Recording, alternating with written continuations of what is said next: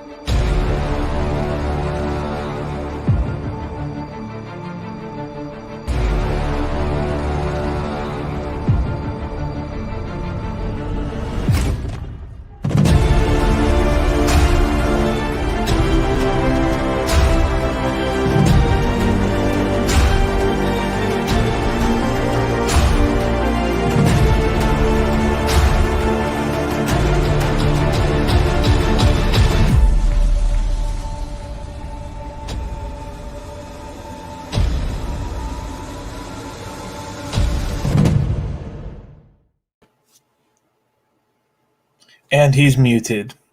Beautiful. Hey, Pirates! Welcome to your Discourse Syndicate, Captain RG3, unmuted version, coming at you with DC Crypto once again, twice in a row, man. Ooh, what's going on? It's like he's back or something. Like, what? Oh, dude, man, I am fired up, dude. You got you back. Extra pumping. No more dumping. No more dumping, baby. Shit. All those jackass whales are getting out and going away and say la vie. And we got getting a little light. Man, RH was throwing it down tonight, man. He's so fucking glowing, man. He's glowing so hard. That's a man that realizes that he just created the greatest fucking financial product the world has ever fucking seen. That's what is in that man's face right now. He's like, I knew it was going to be good, but damn, he hit out. It's going to be good. Did you hear that paper gain stuff he was talking about? Holy shit, that was. Well, I mean, that's the reality of crypto is that if you blast off and you hit, Bitcoin hard and right, or you hit any of these other ones hard and right, you got an ETH and you're an ETH whale or you're a Bitcoin whale or any of these other things. What's happened is that, you've become more than wealthy and you've got the money that you need for whatever, of course you secure yourself. You get your finances in your world, your local world in check. The family, if you got one, has the cars and the things that you need and the clothes that you need, and mama's got the house she wants and all that kind of stuff, and you secure yourself in the proper ways, and that's only a certain amount of money, man. I mean, that's not like tens of millions of dollars. That's a few $1,000,000 and you're comfortable and secure, and then it's really all about philanthropy and what you do with your time, your spare time, and spending it proper. And I mean, you're not going to realize if you did get in and you got hundreds of millions of dollars worth of coins, you're not going to spend those. It's really the way of the whale is what it is. That's the way of the whale. The pleb is going to spend and sell and chase and do all that shit. Really, what Hex is doing is putting you through a fucking education in finance and how to be a responsible millionaire. How to take that and be a custodian of it. I mean, if you are somebody, I mean, I've seen some of these, there's some 20, we have some 20 somethings in here that are sitting on close to 100 million Hex. I mean, I've seen it. And, if those guys learn proper etiquette and how to run their millions and take care of the ecosystem and be responsible for what they got, then, great. But fur coats and Lambos isn't, the way to do it. It's not, even if you did that kind of stuff, you're not going to spend hundreds of millions of dollars, if that's the kind of money you end up with. Yeah. The Lambo's kind of dumb, but you a Bentley and some Rolexes, that's okay. Oh man, you gotta class it up a little bit, or maybe there's going to be a Porsche with my name on it. That's for sure. There is a Porsche with my name on it. I'm a Porsche guy. I like Porsches. Right, But, right. That'll be my car of choice. And then of course the big car for the fam, and then all of my fucking Volkswagens. I gotta have like a nice one of everything, probably, or something like that. Just because those are stores of value for me. I think that cars, guns, coins, and money are great stores of value. So those are the things that I want to collect. Some people like antiques and whatnot, but I like old cars, old steel cars, and they hold value. And if you got an old steel car, it's going to be worth more one day. So anyway, right now, what's that? We were pumping right now. We're 96% of a penny, bro. Wait. I got to look at my staker. I got to look at staker, baby. Captain, we don't want to see you get a boner. Just stop. Getting my hex boner, buddy. Getting a hex boner. Dude, you know what? I just want to shout out to Steph and Fireburn again.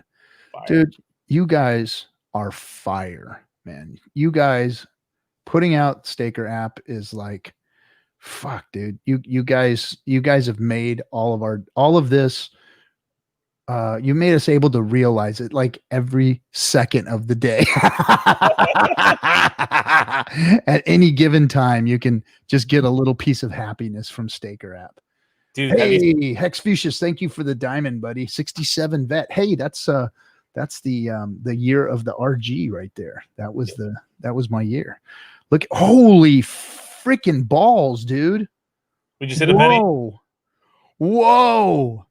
My goodness. And you know what's even better is when I look down and I see the hex gains on my shares. What a fucking amazing thing that is, bro. Have you ever added up all the interest you get per day? And you're like, yo.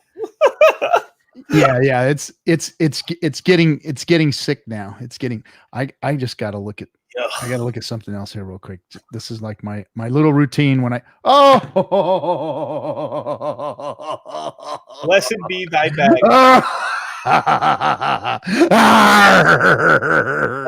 Oh boy. That is a pretty thing there. Richard. Fucking hats off to you, bro. What a fucking deal. What a deal, man. Holy shit. Crypto will never be the same. Thank God. Thank the gods that crypto will never be the same. We changed it, baby. We've changed it. This is the penny party now, isn't it? Are we getting ready to crack a penny? Let me see. Let me look at the chart real quick here. Oh, we hit a penny and the pennies fall off, baby. Oh shit, we did. We just hit a penny, bud. We're at a penny. Oh, penny party. Oh, let's bring up the Cutthroats. We got Cutthroats in the room. Randy and Kool-Aid, dude. What up? Yeah, crack it, baby. Look at that freaking green dildo. My God, that's freaking badass. Goddamn, feels good to be a gangster. Woo! Happy New Year's, D-Gens. That's right. Damn, Happy New Year. New Year. Hey, God damn it. Man, this is... And Richard goes off stream and cracks it to a penny. Fucking wild, man. Fucking wild. Oh, what's up, Kool-Aid? Look at you, man. Look at you rolling. I got to stress test the damn green screen. It's been a long time since I had to put some shit up. Man, how's it out there in the Dlives? How's the sound here? I ran my mic through my mixing board, and I think I got everything. Man, I think I got everything dialed in now. Finally, except our tiny skulls. I got You know what, bro? Here's the thing, man.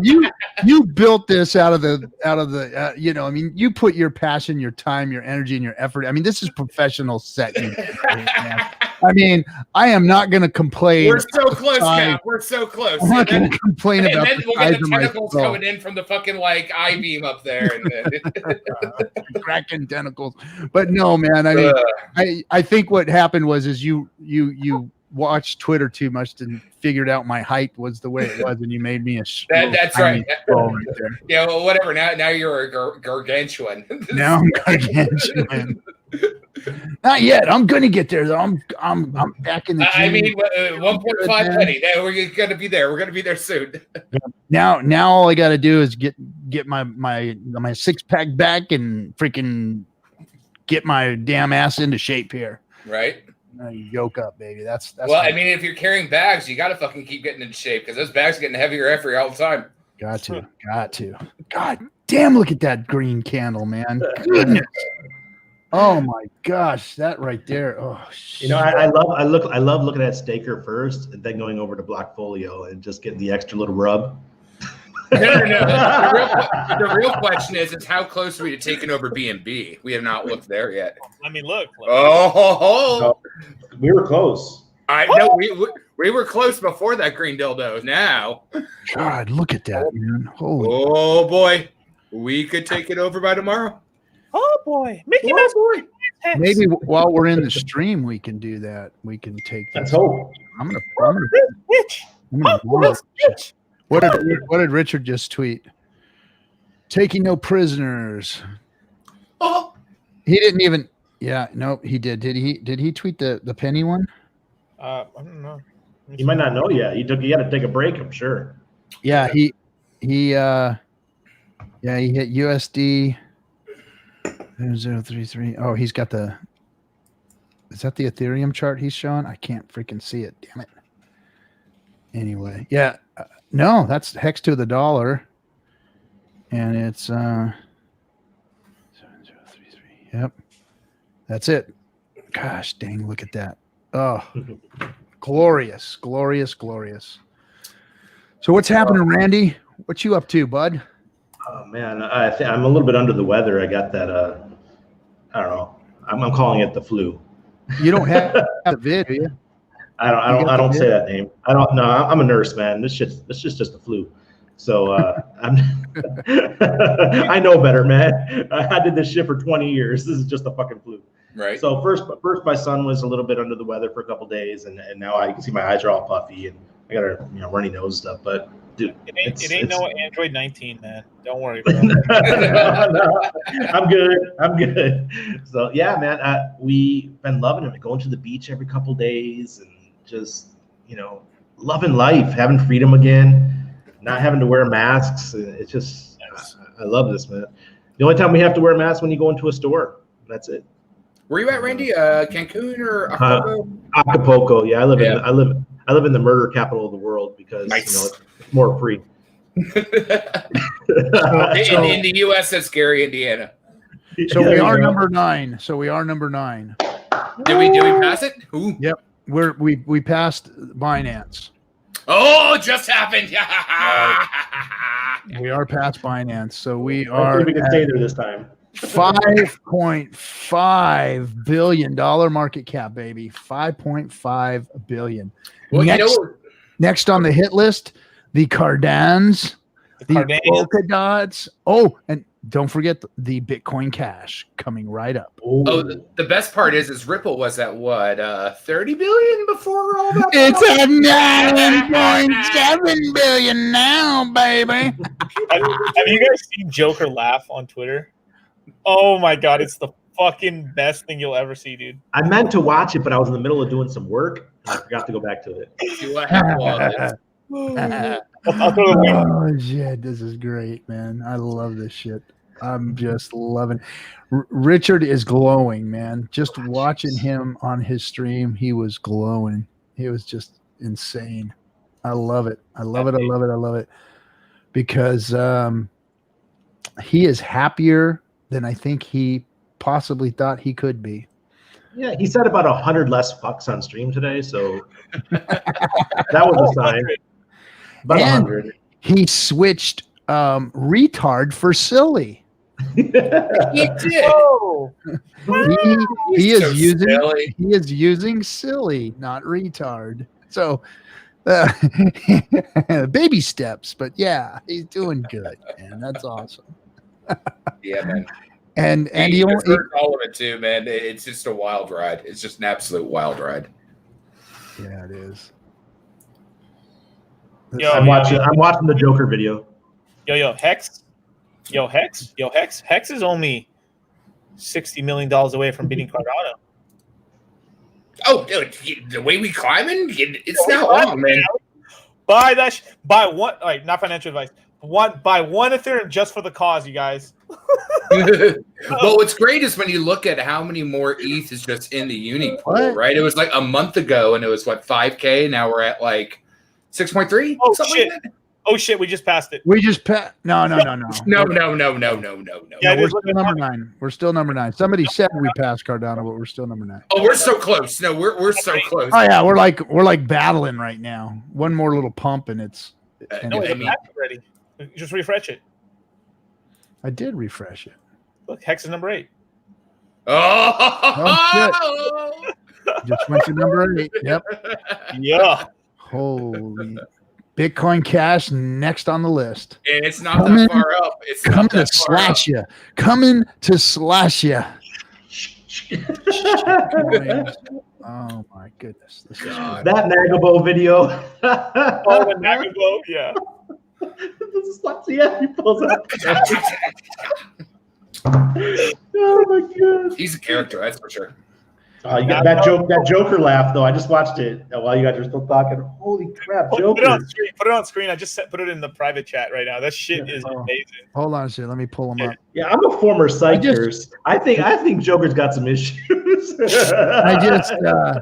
I just talked to him today. He gave me a call. We were chatting today. He is fired up, man, because we were talking about he's crypto. He's all in on Hex. He's just kind of still. Things are still. What's cool is it's like a little kid who things are becoming amazing to them. So he's like little things that like are snapping with him, and like I'm talking to him, and all of a sudden he's like, "Oh fuck! Oh shit!" Exfucius, thanks for the diamond. 8 is great, baby. Yep, Maddie Allen, thank you for the. Ski Cat gifted 500K Hex to Naga tonight on Twitter. That is freaking awesome, man. I heard it was he staked it for his kids or something. That was cool because he put that video out. Get the fucking kids out your fucking house. Fucking stake some Hex for them and get them out of your motherfucking house. Let's see here. Where is? Oh, fuck. Remember when we won those? When my wife won those coins? I think it was 160,000 Hex or something. She staked them for. We did it 10 to 14 years, I think. This kid's gonna be balling, man. And we did that 5 months ago, 4 months ago. Dude, those early stakes, man. When if you laddered in the beginning when Hex came out, god damn, dude, those have been earning, dude. Those have been. Oh, yeah, everything that you staked before big payday is gonna be fucking just monster shares, man. I mean, gosh, wait. Wow, yeah. Just wait till they all find out. Yeah, I'm a 10.2 average. I can't even touch my shit. It's like way out there, Yeah. No, I'm 7 average, and I got a couple coming out early, but just I'm fattening backwards. I'm fattening backwards. Right. Coke can, baby, Coke can. That's right. All I can do is cheer. Yay! Well, my friend's about to have a baby, and for their baby shower, I gifted them 20K Hex before big payday on a 15-year. So kid gets out at 15 years old, has enough money to buy a car, pay for college, and then God knows what Hex is going to be in 15 years, right? So bare minimum $1. Now you got 40 grand. Good man. $5 a coin. All right. Freaking dollar, man. Don't say that. Don't say that. $50. I know you and that 50. Joker all freaks out when you say that. It was a fucking riot, man. I'm gonna buy half the continental United States if it goes to 50, bro. I'm speaking 50. Well, as a person who loves economics and the way the dollar's going, it might be a little bit faster than you guys thought. So I'm calling 50. That's where I'm calling. I'm not stopping until 50 hits. That's it. I'll stream and stay around until 50 hits. How's that What? sound? 50, it's 50. All right, let's just say it's $50 per hex with an 80% of the token supply staked. Yo. So when does RG tap into the fucking hard wall of fucking 555 stakes at that point? Be like, and you're done. And you're done. And you're done too for good measure. Well, at least 7.5 years from now, that's for sure. But if it's 50 by then yes, that fucking wall's coming down, baby. Little bits at a time, of course, but that wall's coming down. There's going to be, but it might not even have to. DC and I were just talking about being a custodian of big bags, and Richard was talking about it tonight, and we have talked about it here before because, let's say you have hundreds of millions of dollars worth of something, right? You don't put that in cash. Not at all. You don't wreck the thing that gives you the lifestyle that you're going to have when you've got that kind of money. Right. You buy the house you want. Yeah, you buy the cars you want. Yeah, you live in the lifestyle and you do what you want, when you want, where you want, with who you want to do it with. You have that kind of freedom, but that doesn't cost hundreds of millions of dollars. No. Or even millions of dollars. You can do that for you can do that for a couple $1 million and have a nice lifestyle, and custodially take care of those bags. And add to the ecosystem. And that's how Hexicans should be thinking. I've never heard anybody in crypto talk like this and speak to these people that have this kind of money like this, because that's how the real world functions and operates. Amazon, Microsoft, Apple, they don't dump their bags. They don't get rid of all of their cash and buy countries and all that kind of shit. Even guys like Branson, who are very eccentric, he does spend his money and put people to work when he does it. He did buy an island, but that island is equipped with a lot of people and there's a bunch that goes on that island other than just him living there. It's a retreat and a resort and a training facility and all that kind of thing. His mission to outer space. I've been to his facility. I've moved machines at his facility, and his facility is a high tech. They make spacecraft there, and it's just like SpaceX, and they're doing something for the world with that kind of money. Building technologies, breaking through, new things that human beings haven't done before. So that's the kind of stuff you do with that kind of money. If you have that type of ambition, knowledge, and you can put that together. If not, you're a custodian. Mm-hmm. And you need to be a custodian of that kind of a bag, and that's the kind of talk that we need to start having with crypto, because really the big bag holders have done so. The Bitcoin bag holders have done so. They've been good custodians of their Bitcoin. And you don't see big dumps. The people you see dumping are the people that are out there scrapping, the miners. There are a bunch of guys that have scraped together a bunch of people and borrowed money, and they owe fucking Vinny money, or else he's going to come break their fucking kneecaps if they don't pump out that Bitcoin, so they got to dump, and they got to pay the electric companies, and they got to pay the fucking country that they're in to keep from fucking them over. And they got to do all that shit. You think that those all those Chinese mining operations out there aren't doing payoffs to the government and shit?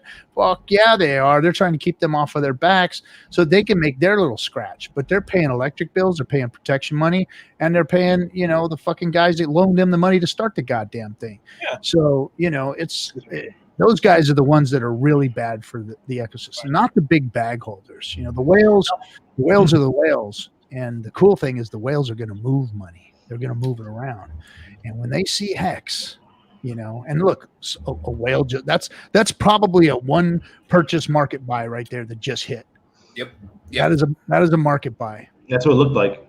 So that's a whale that probably got in, and Get on it, Silver. Silver will be on it by morning. We'll have all the information on who the fuck it was, what happened, where it's at, and that guy will have his Silver the Antidote proctology exam done by the evening, and we'll know who the fuck it was and what happened.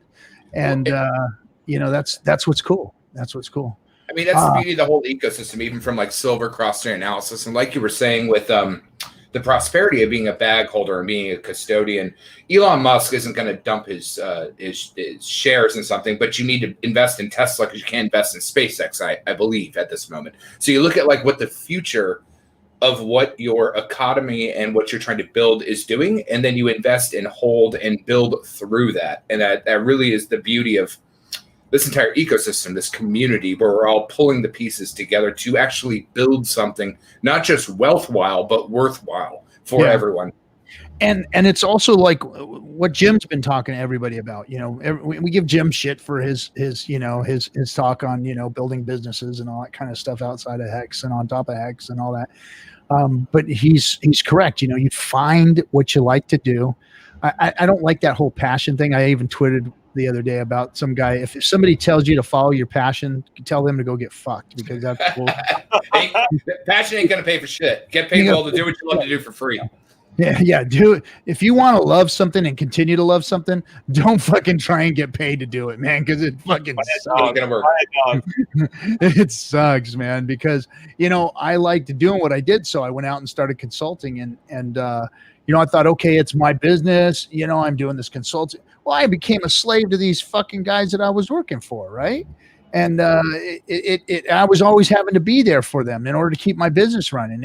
I was just, chasing the dragon on that. So if you do find something that you like, something that you're good at, something that makes your life easy, that's what you do. That's what you go out and do for a living, is something that you're good at and that you can contribute, that's what you got to do. Not, fuck your passion, man. Cause then you're going to end up unhappy because your passion is going to turn into a fucking cesspool, Right. Exactly. I got to tell you guys something that just happened to me while we were watching the RG3 stream.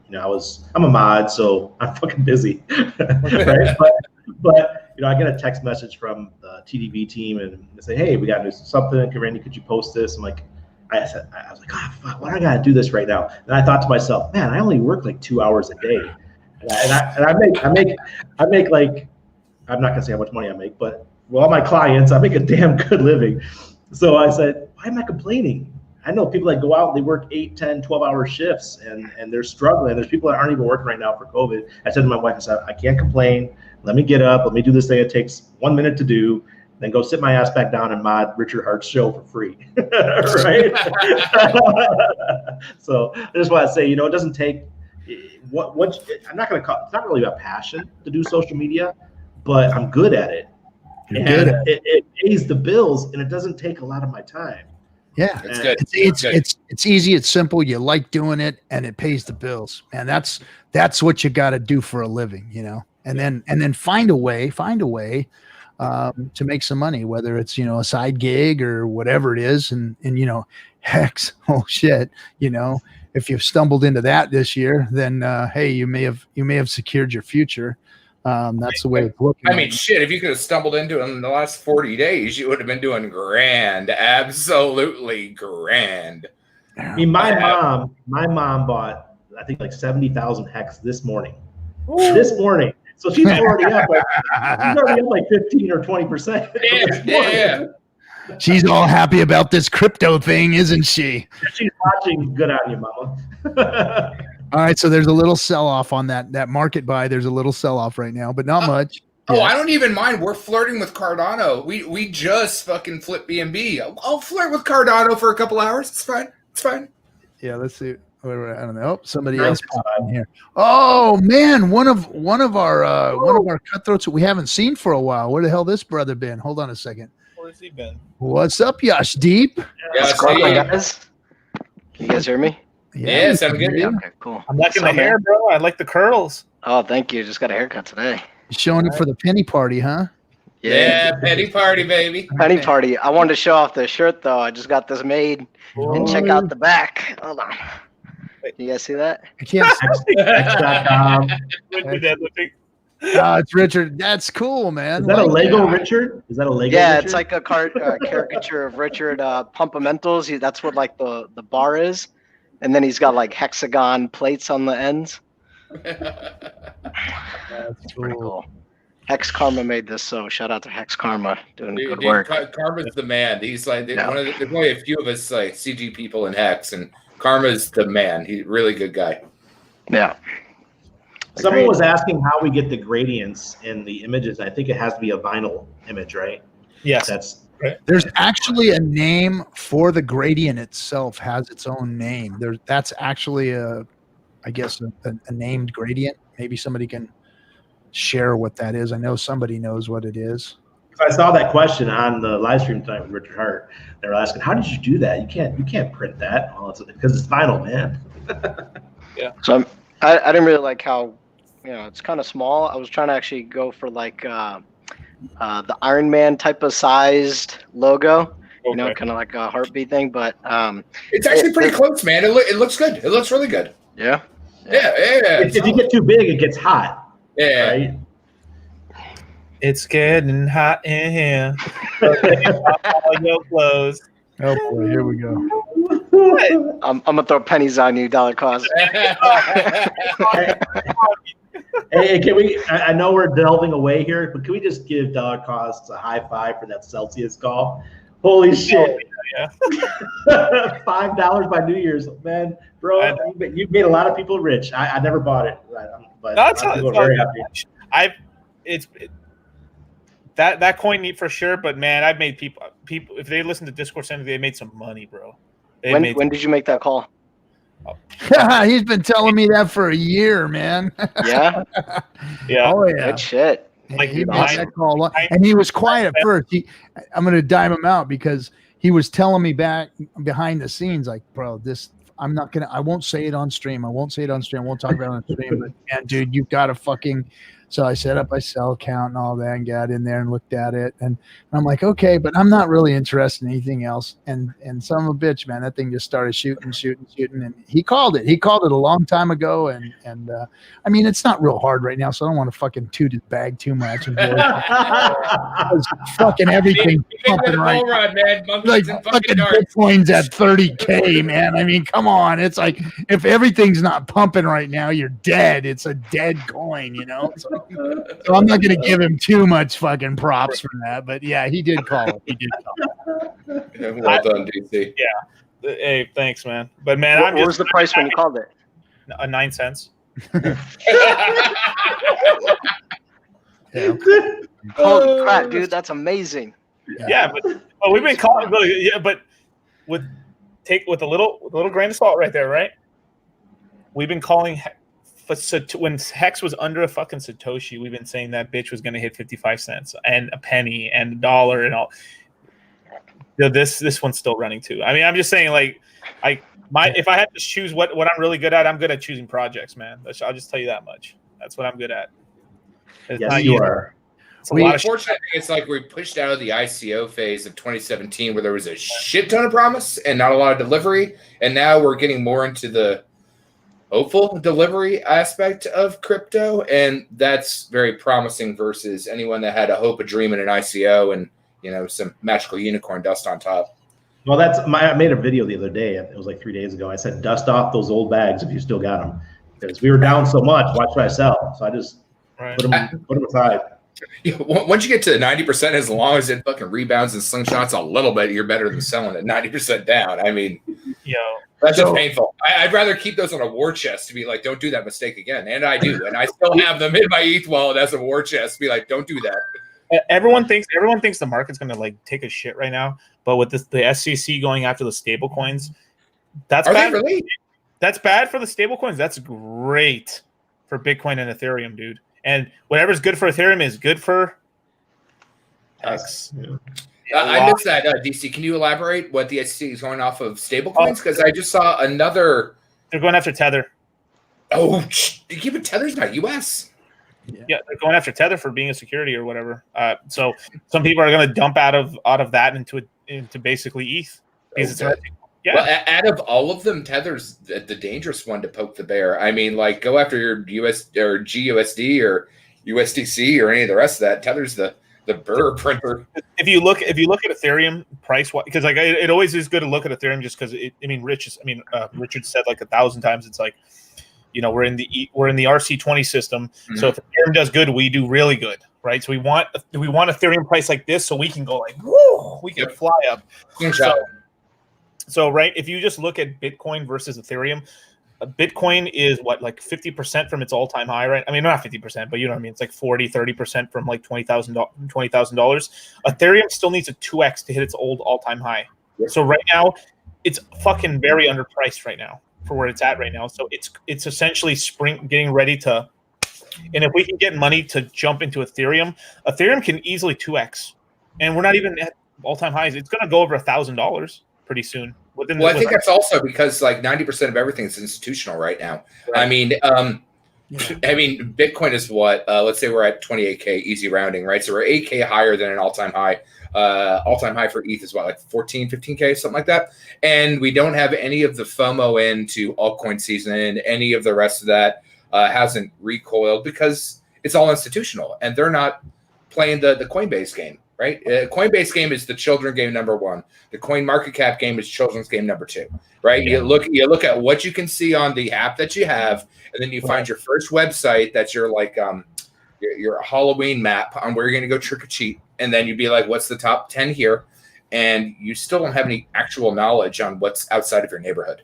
So, and what's going on now too? So we're starting to get at least macro wise or whatever. We're starting to get some of the smart hedge funds and stuff starting to quietly buy Ethereum now. They're kind of front running the dumb institutional money and stuff. So you only have the big player, which is Grayscale, buying a bunch of Bitcoin and stuff. But the hedge funds are starting to slowly, like Raul Paul, the guy from Real Vision, he's like starting to go. He's turned full ETH bull, which is like fuck yeah, wow. Really good for us. Like, so anytime I see anything good on Ethereum, I'm like, good. There's also another thing too. I think it's called, things like Proposition, like 1558, essentially, which is like, what it does is it makes, transactions have a little bit of a burn. So every time you use Ethereum, it burns a tiny bit of it. So it actually will start to make Ethereum with higher transactions deflationary as well. So it's so now you have the whole staking stuff, which is being staked out, but none of those people aren't even getting their funds because it's locked for 2 years or whatever it is. App update. Okay. Yeah. Okay. Yeah. So that's heading towards like anywhere from probably like 1%. I mean, I think it's already 1% already, but like it's probably heading towards maxing out somewhere between 8% of the total supply of Ethereum is going to be locked in that contract. You got institutions starting to kind of slowly hoard that shit up. And then on top of that, you've added this feature, which is making it deflationary or at least not grow anymore. So this is like a really good place for Ethereum, and it's fucking 50% from its all-time high. Yo, come on. It's fucking fantastic. Remember, like Bitcoin's a gateway drug, right? And then from there, you get like a nice slice of Ethereum. Well, that's even better for us because that's the VIP ticket into Hex. So win-win-win. Win-win-win. Yeah, hey guys. IIP. Yeah, IIP 1559. Yeah, that, and Vitalik's behind him. He likes it too. So it's like that's probably going to pass. So that's huge. And damn, you mean like I mean, Richard said it before. Bitcoin's going to do great. Ethereum's going to do better. Hex is even going to do better than that, right? So the springboard is like Bitcoin's up a lot right now. It's 28K, 26K, wherever it's at. Probably before Ethereum chills out, probably gonna be $3,000 when it chills off a little bit, right? Probably in the middle of the year. That means Hex just how many X's is that? Like 2, 3, 4X. I mean, the damn near minimum, right? It's an 8X on Hex current prices. So we're talking about like 8 cents just chilling on Hex. Just on the Ethereum like slingshot. Just on the Ethereum. Just the slingshot. Yes, sir. That's it. That's a 2x. I'm being conservative off of the X. So a 4x on Ethereum, right? A 4x on Ethereum's 3 Gs, cool. And that means at the very least, even if we just get a 4 times increase on Hex, if we're just being like stable, we'd still be at what, 4 cents, 3 cents? So dollar cost, do you think this is going to come from Bitcoin, all this money, or do you think this money is going to come from other altcoins like XRP and everything? Institutional money is tied up. Yeah, I think some of the old bags are what we're going to start seeing come in. Yeah, because Richard kind of said that a little bit if Because, you I mean, notice. they've been sitting on these bags for so long. You know what I mean? Well, they're just getting dust. Why not take a handful of them and stick them in Hex where they can start making some gains? A safe place, finally. They didn't fuck with none of the other stuff because there was nothing out there worth the shit that they can, make gains off of them. All of them, they were all afraid of all the bullshit. They're the guys that got in first and got the big. They knew what was up with crypto. They're not dummies. There's some smart fucking money out. There's smart crypto out there. So now I think they're finally going to see that, Richard is a good custodian and that he has made an honest project and product, and they're going to be coming in. That's what I'm seeing is going to happen. And then an institutional adoption will start to happen after that. I think that, if big money comes in, we get noticed, we go to number one, then the institutional money is going to go, what the fuck? Why isn't this in our portfolio? Right. Well, even like we talked and about no pressure to put it in there. Well, Richard even talked about it before. Like when you get so wealthy and have done so much, it's a different game, right? So when you have enough, like Vitalik, right? He can't dump his bags. A, he dumps in everything that he has, but B, it's a different game. Once you have the cars, the lifestyle, the travel, and everything that you want, what more are you doing with your money? What more are you doing with your possibilities, right? All those things. If you don't have a project, if you don't have a cause, then you're just sitting on it is what. Well, even like, let's just look at like Bill Gates, for example, like what he's doing with his money, time, and effort to cure disease. He doesn't have to do that. He has all the money in the world. I mean, but like Randy, conspiracy theorist finger. Yeah. I mean, there's money. Bill Gates is going to dump on your head now. Windows crashed to zero. Windows crashed to zero. Windows 0, baby. But like, you got to have projects that's worthwhile to your legacy, right? You know what I mean? It's the same thing that like really got me attached to Richard is his legacy. He wants to be known for what he does and what he says, and he does what he says, which is me personally, my most valuable like pride. I do exactly what I say I'm going to do. And the legacy of what you do with your bags when you have so much, dust off those bags. Get some good gains and do something positive and powerful for the world. Yeah. Why not? Yeah. All right. I'm going to waste it. I'm going to waste it all on a pirate theme park. For adults. Can I go? Only in Puerto Rico, though. Only in Puerto Rico. In Puerto Rico, pirate adult theme park. Hey guys, let's take the FOMO into another path right here, real quick. Okay. I want to show you guys. I'm not going to show you because I don't want to put my screen up for the show, but Google Trends. The Bitcoin has more than tripled in the last since October 11th.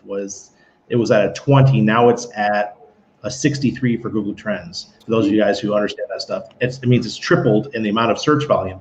And its related topics are NYSE, NASDAQ, Tesla, DAX, Bitcoin Vault price. Those are all search terms that people are using to get that, right? So they have tripled. Well, Hex, since that same time, let's go back to October, I'll try to get the same day here. October 10th was a 10, and now we are sitting at a 33.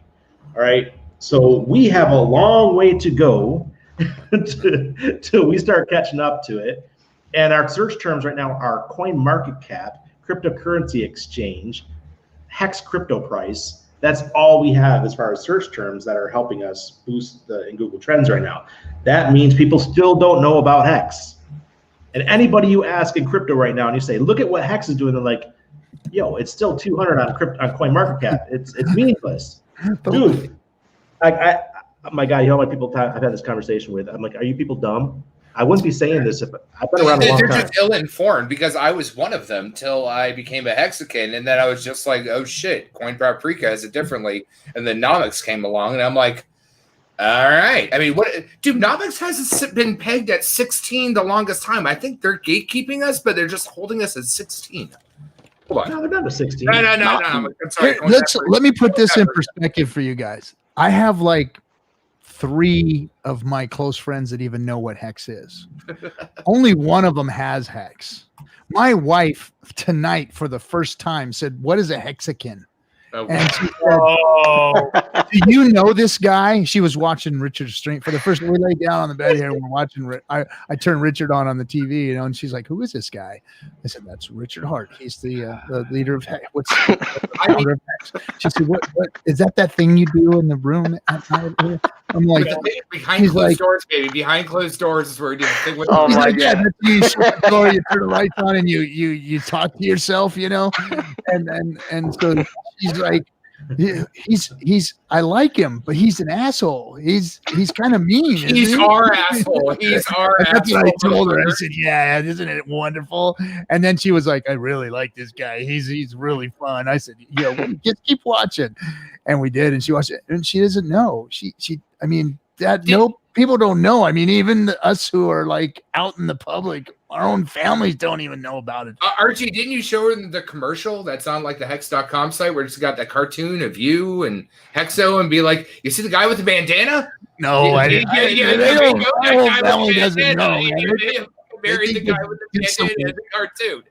They just think this is some weird thing that I go do in my man cave here for a few hours 3 times a night. You know?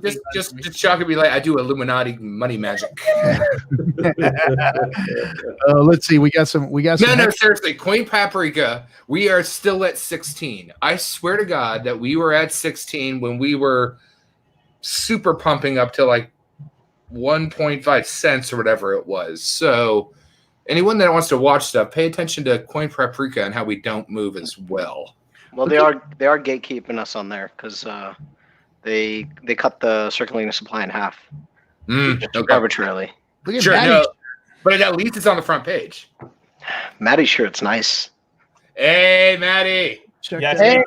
Oh, you stole the captain's fucking one. Hold on, I gotta get you a first mate. 1 second. Oh shit! What's he? What are you doing?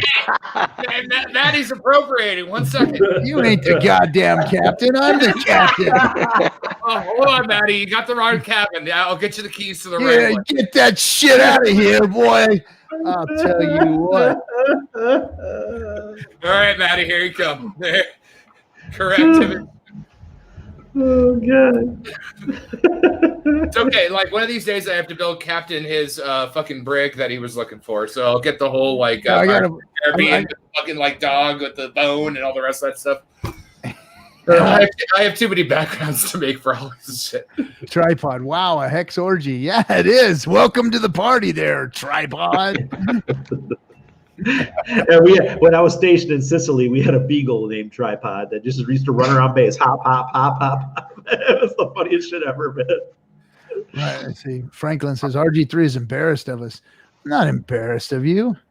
No. So you guys were talking about. Motherfuckers. You guys were saying that you want your families to understand like the Hex community and culture better, right? I've got the perfect way. Well, let's lay it out. Come to the Hex conference and invite your friends and family, and it's gonna be special. I think other people are gonna start to understand. So when's the Hex conference again? January 6th through 9th. I've prepared a presentation if the captain will allow me.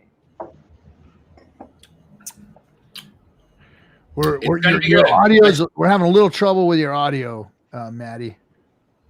Oh, sorry. He's got a presentation for you, RG. That he wants to do a presentation for the Hex conference.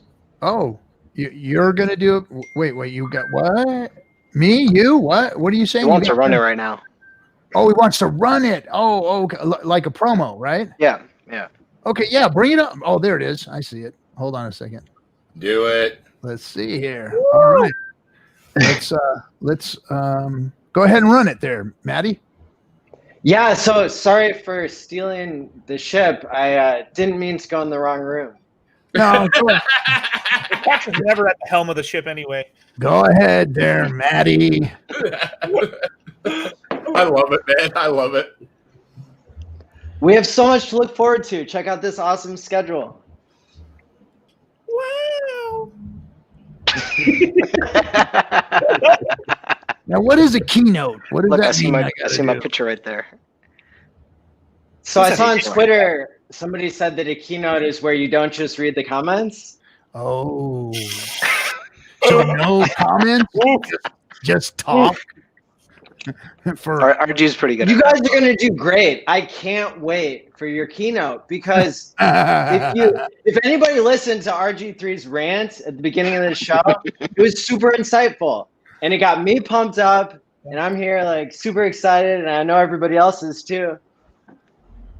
Yeah, no, we are super excited. We can't wait. It's good. Look at the lineup. I mean, we've got Richard. We've got you had some moon guests on there before, like Vitalik and some other folks. I saw. And yeah, we ended up with the community that the conference we deserve, not the conference that we were looking for. I mean, if you're gonna do it, dream big, right? And if not, you have the bootstrapping core that you want. I like how you don't have my face and you have the game I almost died making for my picture, Maddie. Well done. Yeah. Yeah, I mean, the stuff you make is so awesome. So, I mean, I know we've got the panel here. We got a couple that are going to be on the game theory panel. Ooh. And I was wondering if you two could maybe just say something about, no, don't spoil it, but maybe help us understand a little bit about what game theory means to you. Go ahead, Kool-Aid. Oh, God, what am I on the spot? All right, well, if you really, really think about game theory, it's essentially the concept of making you do what you want or don't want to do. So as a developer, I'm going to entice you to do what you want or don't want to do, and then or punish you based on your decisions on what you should do or don't want to do. If we take that very, very simply, we have traders and we have the emergency unstake. You have all the availability to press that little button to try to do that little thing that you want, but you will pay a premium and a problem for that. So game theory is essentially learning your lane and learning what you need to do in life to get through that lane. You can take it through the exact same thing as physical fitness, right? So if you take something that gives you a perk, a benefit, a boost of adrenaline, a boost of endorphins, you're essentially hitting those same sweet spots that you do when you have a pump, when you have a success, when you throw a three-pointer, when you win a chess game. And devising on how you play that game versus how other people game is how you make gains. And you make gains as a whole, as a system. So you can have game theory as like an entire ecosystem moves up as a whole, or you can have game theory where you're like doing deathmatch type stuff. So it depends on what you're trying to do. But game theory can be applied to absolutely everything that you want to do, even from the simplest thing as like, when I wake up in the morning, I will do good and I will be happy and I will do better than I did tomorrow. Those ratifications and ramifications to yourself is essentially game theory. They're leveling up your character in the morning. So there's so much that you can do with that, and how it applies to mental health, how it applies to finances, how it applies to success and mental attitude. So game theory is a wide swath on how you interact as a person. All right, for me, it's more of this. For me, it's more the psychology side and the marketing, where we've got FOMO. FOMO is a part of the game theory. We also have the FUD, which is part of the game theory, which we dealt with early on back in March, and we actually lost a member of our community because they were trying to game theory us with the FUD. And where Richard says to people, he goes, "Look, I will promote your content if you're Hex only. If you're like myself and Dollar Cost Crypto, who talk about other cryptos, he won't promote our content. He won't put our links in place on the website because we promote other cryptos as well." So that's game theory psychology to keep us on the straight and narrow, or the path that he wants us to be on. So that's how I look at it. I look at it a little bit different than just playing a game or just interacting with a smart contract. I look at it as the way we do it. You can't have your dick leaning to the left or the right. It has to stay straight in the middle. I mean, it's carrot and stick, right? The carrot and stick keeps you on the short and narrow. If you deviate on one side, you get a carrot. We deviate on the other side, you get a stick. That's how, like, I mean. So I'll put that in perspective too. So DC and I are good friends. I mean, we talk on a daily basis, and he runs all of his calls and all of his crypto through me, and lets me know about all of them. Now, I haven't played any of them. I haven't, and mistakenly, because had I listened to him, I would have made some gains. But what I did was I continued to invest in Hex, and it's done me well. It's done me well. Now I would have done as good or better in some of the projects that he has talked about. But again, here we talk about Hex, and that's what I've always promoted with everybody. But DC knows this stuff. I'm not gonna act like crypto doesn't exist out there, because it does. And there are crypto projects that are working for people. Now, does that mean that I have 100% confidence myself? No, I don't. I don't have confidence in crypto, period. Because I haven't seen it do anything until now, to be honest. I really haven't seen it do anything until now.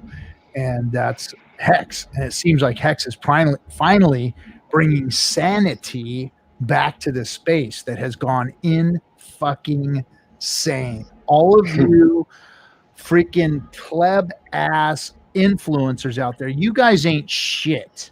You guys don't do anything for anybody, and you haven't for years. You have been sucking off of the teat of crypto. You've been fucking people over. You've been lying, cheating, swindling, and freaking shilling garbage to people out there. You guys should be ashamed of yourself. You don't deserve to be out there. Fuck all of you influencers that are out there pushing anything else other than Hex, to be honest. Because if you're out there and you're pushing shit on people, you're not giving them what they deserve, which is a crypto that is not behold to anybody, where you have complete control of it. This is the only crypto out there where you have complete control of it. It's what crypto was supposed to be, and nobody else has ever come up with it yet. So for them to all just, continue to shill, to continue to, it's pathetic. It is absolutely pathetic. I'm just sick of seeing it. Well, the thing, so just to dovetail back a little bit. Yeah. For example, I love fucking Cardano. I love Charles Hoskinson. I really love him a lot, but it's not going to gain as much as Hex will. However, what pulled me over, because I moved over my Bitcoin IRA into Hex first, and the only thing I was sitting on was my 100K Cardano. And because I love Charles. I like their community, but I couldn't take a part of their community like I can the Hex community. So but even community, I mean, let's just talk the product itself. Sure. But still making promises. Captain is on the community panel, by the way. Yeah, right. But the thing is that the community and what more people were getting into this passionately is what drove me to get into it, right? And that's what once I saw the Staker app, and once I saw what the community was getting, how many more streamers are getting online, how many people are showing their face, that has so much more volume of energy than believing in a token or a coin or an ideal, right? So Steph will be on your panel too. I know. I got to know a lot more about Firebomb, but I don't know much about Steph. But those guys are amazing. And once I saw, they're super excited. Dude, once I saw that app, it was lickable, and it was just like, this is the future. It's like, this is the future, and if you can't see this, it's not a promise. The product's done, right? We can already agree that the Hex product is done, completed. The gains are great, all the rest of that. But the community, and that nobody knows of it yet. I mean, once the gatekeeping is done. Yeah. Can I ask you guys a question? Thanks for the diamond, Red Dragon. Yeah, go ahead, Maddie. So I've got a game theory type question. I've never asked this before, so maybe this is new content just for me. But the Hex crypto chat. So this is something really special that I didn't understand at first. But you actually get points if you're helpful to other people in the chat. And this is somewhere you can send anybody who's new, and you know that they're going to get taken care of because basically there's a point system. And so, for example, Kareem, who's he's a shark, right? He has so much Hex, he's a shark. And he gets in there and volunteers his time to help people who don't know anything in t.me/Hex crypto. And so my question is, for Randy, you part of your game theory expertise is understanding the psychology of making things go viral and social media. In Crypto Kool-Aid, you're a video game architect, right? And so what do you guys think of this thing that I'm not sure exists elsewhere, where it's so incentivized to protect people and incentivized like giving service to others? Well, is it actually the Combot? Because I mean, it's been a long time since I was like back in crypto full time. I swear to God, I never do this all again. But so the Combot in Telegram, I believe, as long as you make positive responses, it gives you a level up. Is that what you're talking about, or does Hex actually have a different reward ecosystem? No, people have to plus it. Okay, so it's a gamified like system that if you do well, you are rewarded based on. Okay. Yeah, not so in the Cutthroat room. We work on minuses. Yeah, we have minuses. Whoever has the biggest minuses in our Cutthroat room is the man. That might be unwrecked.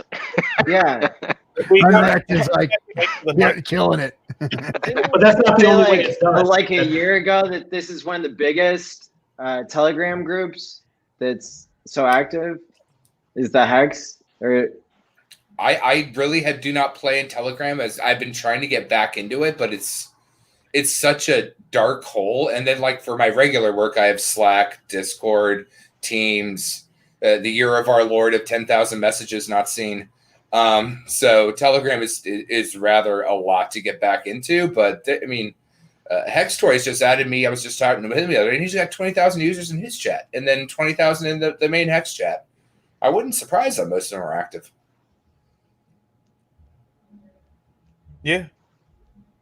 I just think it's a really unique tool to onboard people. If you can say, just go to t.me/hexcrypto and somebody reputable will take care of you any time of day. 24/7, the community is volunteering for points, like in exchange for moving up in your ranks there.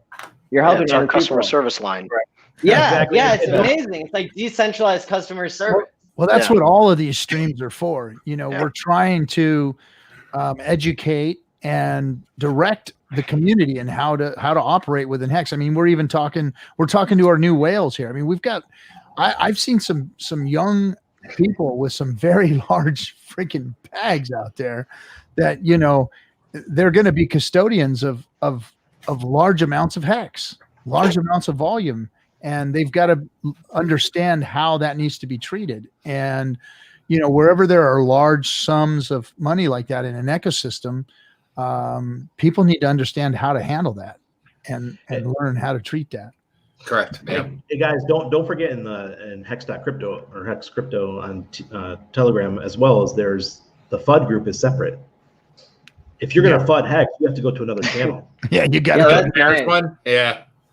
That's another game theory right there. Let's take all the negative off. Hex Bear. The Hex Bear, that's it. Hex Bear.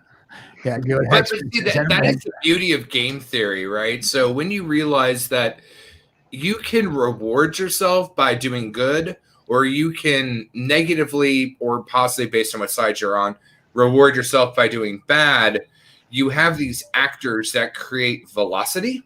And like, for example, we are mooning up. We know that there are the Dumpy McDump whales, and like sometimes that giant green candle goes up when the dump whale's sleeping.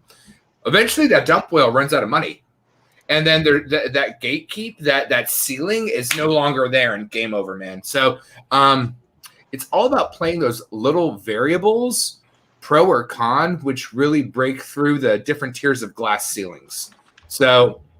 That's just another level of like, how do you engage? It's a different tier of UI UX on how does your customer or your viewer or your participant engage, and do they feel competent and powerful in their decision? If you can make them feel competent and powerful in any decision, that's how things get viral. That's why a meme is a meme. It's a meme. It's a small idea, but they feel powerful for posting it. When they actually are the meme, or they're taking part in the wave and they create the wave, it's so much more energetic on what they will want to do it again and again and again. It gets that those juices and endorphins going. Yeah. I was a master on. I date myself here, but I was a master on Google Plus back in the day. Oh God. That's how I got. Hey, but I got my check. I feel you. I got my check mark on YouTube, bitches. Because of Google Plus. I remember when Google went public, it was like 2000 or something like that. I'm like, why didn't I buy? Why didn't I buy? So back then, where you're talking about getting excited about things, I used to be able to get things viral on Google Plus daily, and I learned how to do it. And I was kicking it, man. I get 1,000 shares, 2,000 shares on Google Plus, and that's what built my business. So so we're talking about the game theory right here. Talk about game theory of Hex making you rich. Well, the game theory of Google Plus for me is what made my business, and that's how I got rich. Mm-hmm. So, game theory is what motivated us every day, my wife and I, to go in with all these channels and start paying. Yeah. People are paying us to make their stuff go viral on Google Plus, which turned into a social media business for us, which gave us the money to buy Hex, and now Hex is going up. Right. So it just snowballs, right? Double in on it real quick. Oh, sorry, Cap. No, I accidentally, Maddie, come back in. I was trying to get rid of his share screen and it kicked him out of the chat. Come back, Maddie. Come back.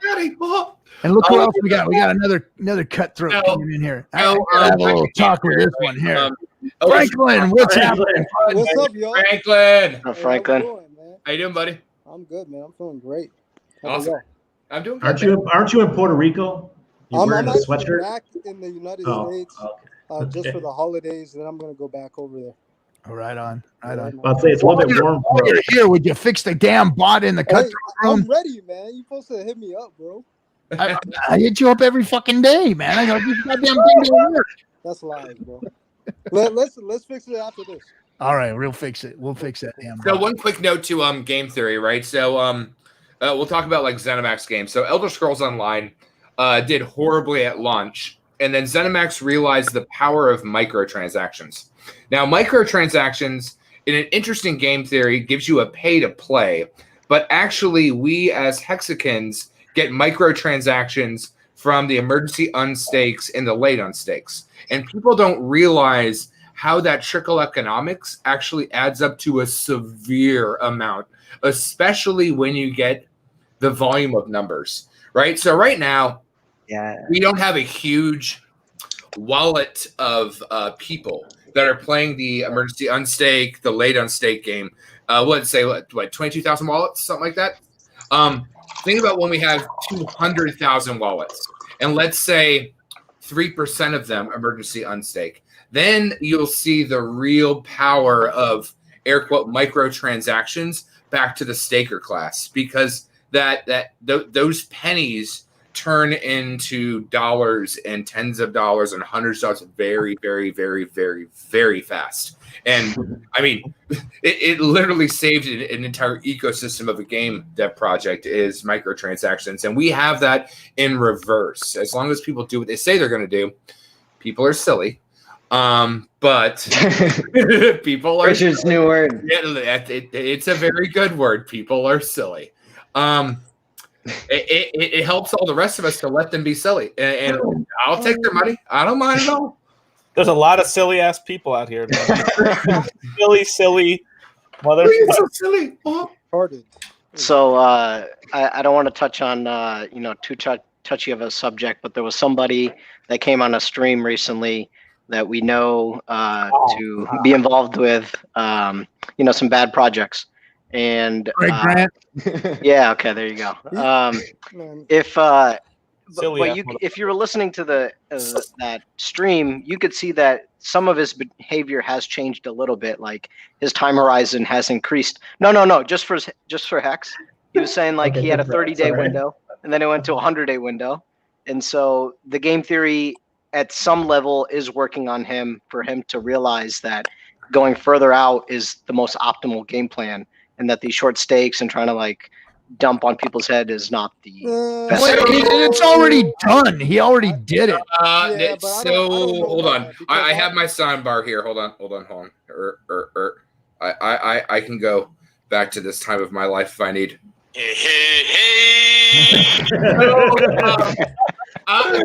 You don't understand. Like when my buddy referred me, I was talking to you about this earlier today, Cap, when you're driving home.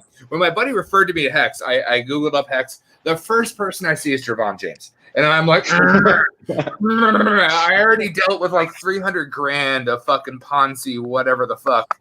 And between Craig Grant and Trevon James, if I even saw them, and this is where I even like got into Richard, got past his personality, loved the fuck that he just wants to like shove it in everyone's face, and he's not wrong. But like, oh my god, any of the shill from the fucking BitConnect days, I did not. I somehow missed. You know what, that one was even in here. Oh my god, doesn't even matter to me. The BitConnect days doesn't even matter to me. No. But the thing is, like Trevon James and Craig, like they do not belong in our ecosystem. Yeah. Like. I did not even. I mean, what are you going to do? You can't kick them out. I mean, no, you can, but you have to acknowledge the fact that they're not good actors. They're shills. Yeah, and they are shills. You know, I would trust Ivan on tech. I'd trust Sonny Deeker over fucking. But at least you know that little boy tries to kind of understand what he's doing. I mean, I remember when Craig Grant was like had all the videos. Like, I'm sitting here in my hotel and look at my yacht out there, and then somehow my coins got lost. I wonder how that happened. I agree. The thing with them is people are trying to be very welcoming to them, but if you look at their comments, man, they're still thinking about like dumping. Like they're still gonna dump. Like can I just say one thing about Craig Grant, just like for 1 second, like homie is shilling fucking jumpy houses. Like, for real? What do you mean? Go on Craig Grant's fucking YouTube channel. I mean, I don't care what he's shilling or what he's done in the past. Everybody has the right to do their thing. You know what I mean? Sure. They can do their thing. I don't care if you sell dildos or jumpy houses or fucking computer parts or spaceships. It doesn't matter what you sell. I mean, your thing is your thing.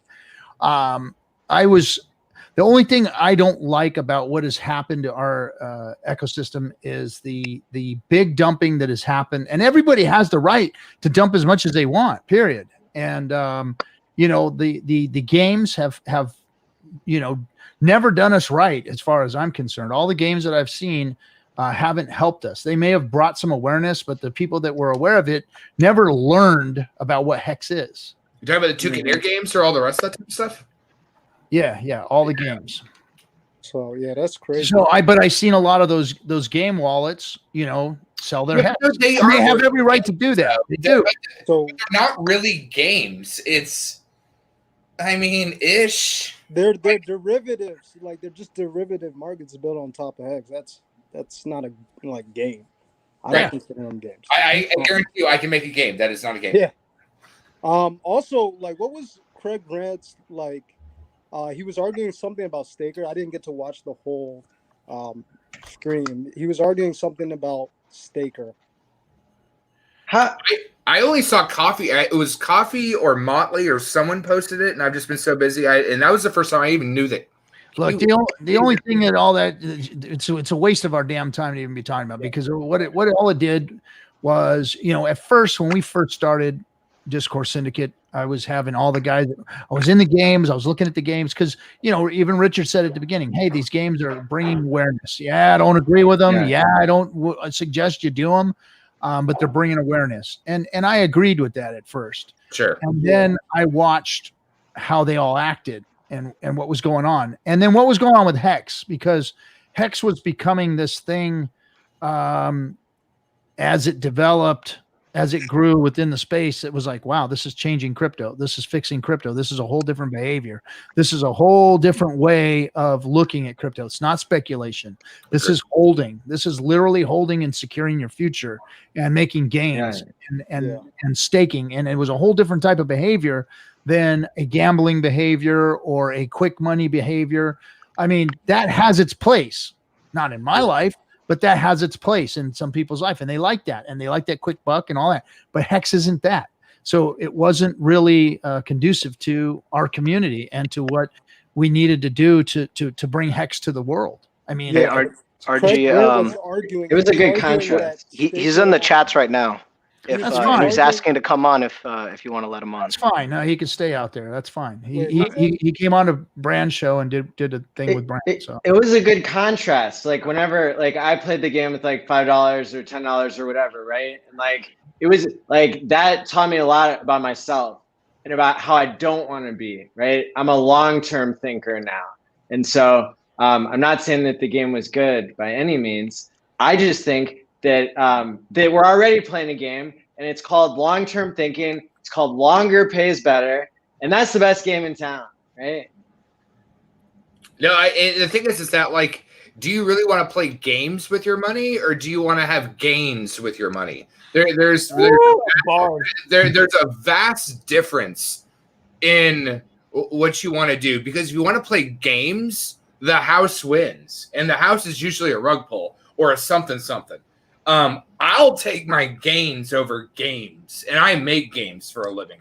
So like the whole thing is like, again, the ecosystem that we are trying to build here at DS and all of us is educating other people how to change their life through proper resource management, proper temperament, and not the old way of thinking, which is A, invest in a hot pot that's going to get pulled from you, or B, do silly trader stuff.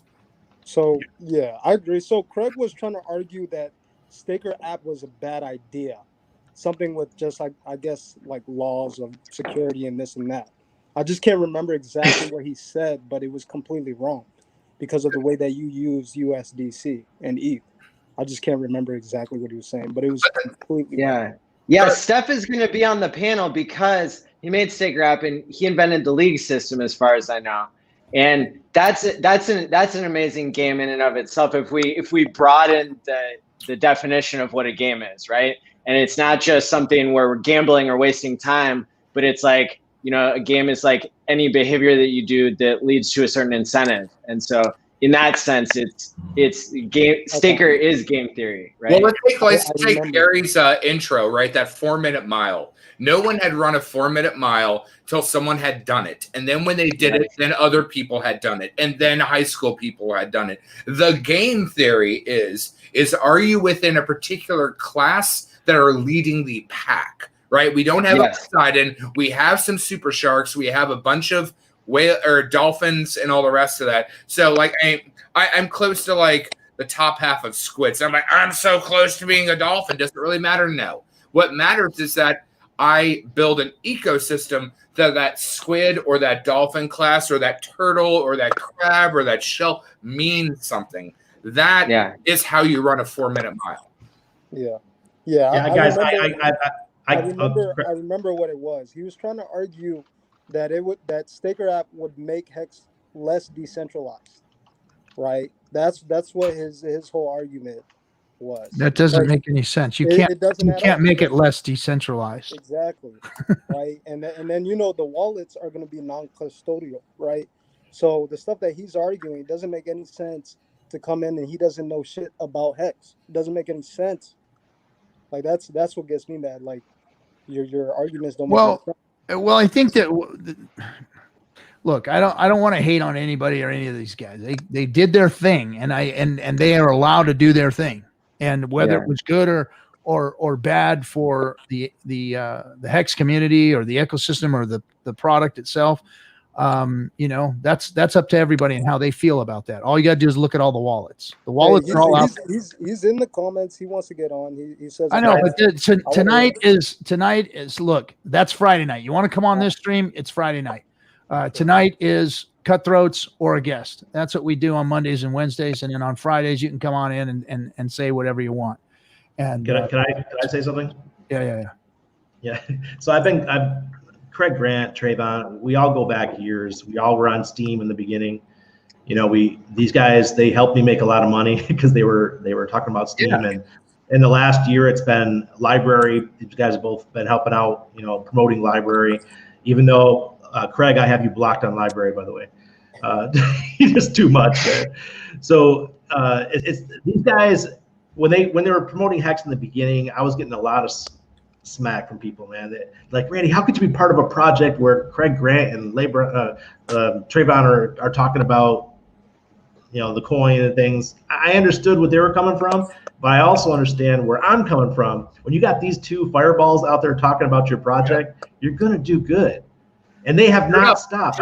While you guys are talking, I was scrolling through my library account, and I did a search for Trayvon's account. I looked it up, and he's been talking about Hex from the beginning, nonstop. It has not stopped, and he keeps doing it. So.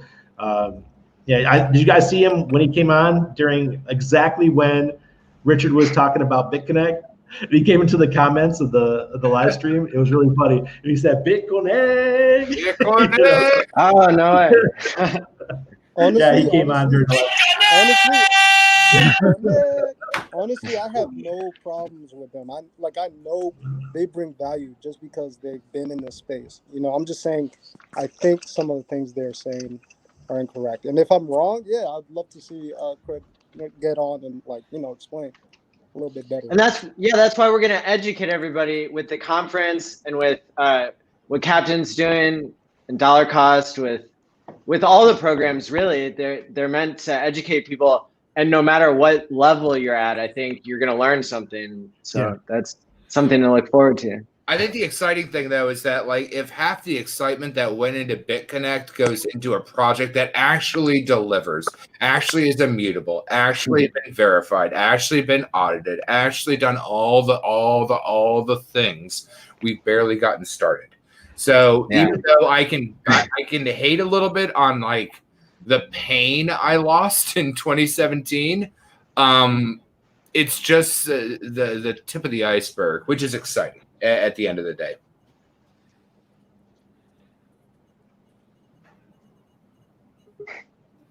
Sorry. Anyway, so price. Let's talk about price.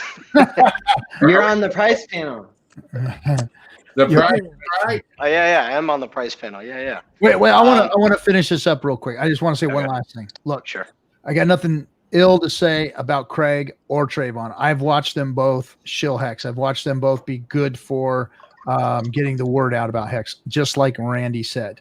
There is some chain analysis shit that I don't like that I've seen with the games. But again, that's just my personal feeling, how I feel about this project. Those games and all those things that they built were made to pull that liquidity out and that money out, and that's what they did with it. So more power to them. They're allowed to do that. Now, the fact that I like it or not has nothing to do with anything. They get to do what they want. That's just the way it is. So I got absolutely nothing to say about that. So that's where it's at. Whether they got the same messages as us is completely up in the air. That's up to them what they do in the future here.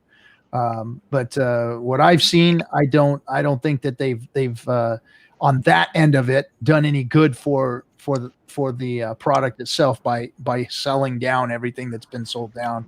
Some of these games have, and I've seen the wallets, and I've watched the chain analysis, and I've seen who's sold down. And that's not what we've been talking about here. We've been talking about being good custodians of the coins, making, if you've got hundreds of millions of Hex, you've just set yourself up for freaking wealth beyond, that is generational wealth that you've set up if you've got hundreds of thousands of Hex. And if you didn't treat it that way, then, that's on you. And it didn't help any of us out either in the beginning of the project, So anyway, that's my 2 cents. End of that. Let's talk about price. RG, your camera rug pulled on you. Yeah, I know. I'm having trouble with my camera. Everything seems to be working, and the fucking camera wants to quit on me now. I get it's something to do with the settings, I would imagine. Yep. Let me see here. That's one beautiful thing about Hex is, man, you can just lock away that Hex before you do something stupid with it. Yeah, it really is the beauty of it all. It saves you from yourself. That's the whole game theory of it. It's the reverse microtransaction, right? As long as you don't play with it when you shouldn't, you're going to get paid by all the other people that play with the ball when they shouldn't. Don't play with it when you shouldn't. That's right. Twice on Sundays. Not Sunday yet. So no, that's the beauty of Hex. It's the perfect gamification to force people to have the proper ideals on what to do with their funds, their money, and what they say they're going to do. It's super, super simple. Yes. Wow, a chair is a captain now. Oh.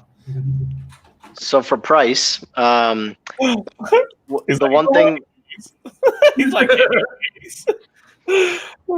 ahead. So for price, the only thing that I want to talk about right now is just I used to work at Best Buy, and one of the sales techniques was that, like, let's say I'm selling 10 TVs a day, or like 100 TVs in a week or something. I don't know what my quota was, but over time somebody comes in, they ask you, hey, is this a good deal? And after selling 7-8 TVs, you don't really think with what's best for them. You start thinking like, well, how much money do I have? What would I buy? And you start projecting that onto them and telling them what you think is a good deal, but not trying to figure out what's a good deal for them. And the reason why I bring that up is because we have new people coming in and they see Hex at 1 penny. Yep. And we've bought Hex much cheaper than that. And we can't, we really have to break down that barrier for us and stop thinking like, oh, well, it's kind of it's close to an all-time high again, or, hey, it's kind of getting expensive. No, none of that. We need to understand where they're at, how much they're willing to invest, what their, outlook is on Hex and their passive income strategy they want to build up, if that's what they want to do. All these questions. And that's really all I want to say right now for price. But I think, don't really try to, obviously not take advantage of them by getting them to buy more than you think that they can afford, but buy with their wallet, not with your own. Good advice. Yep. That whole unit buys thing is so true, dude. It's like a set point. The set point always changes. Like, I mean, I remember a time when when Hex first hit like 30% of a penny, and I was like, Jesus Christ. It made me stop buying for like a bit, because it took me a while to just adjust to that reality at that point, because I was like, I can imagine that. But now it's like, it does take a while to get comfortable with everything, but you also have to respect, because I've had to onboard quite a few people into crypto and stuff, and it's so weird to get people to buy some Ethereum at $700 when I was buying it at fucking $80.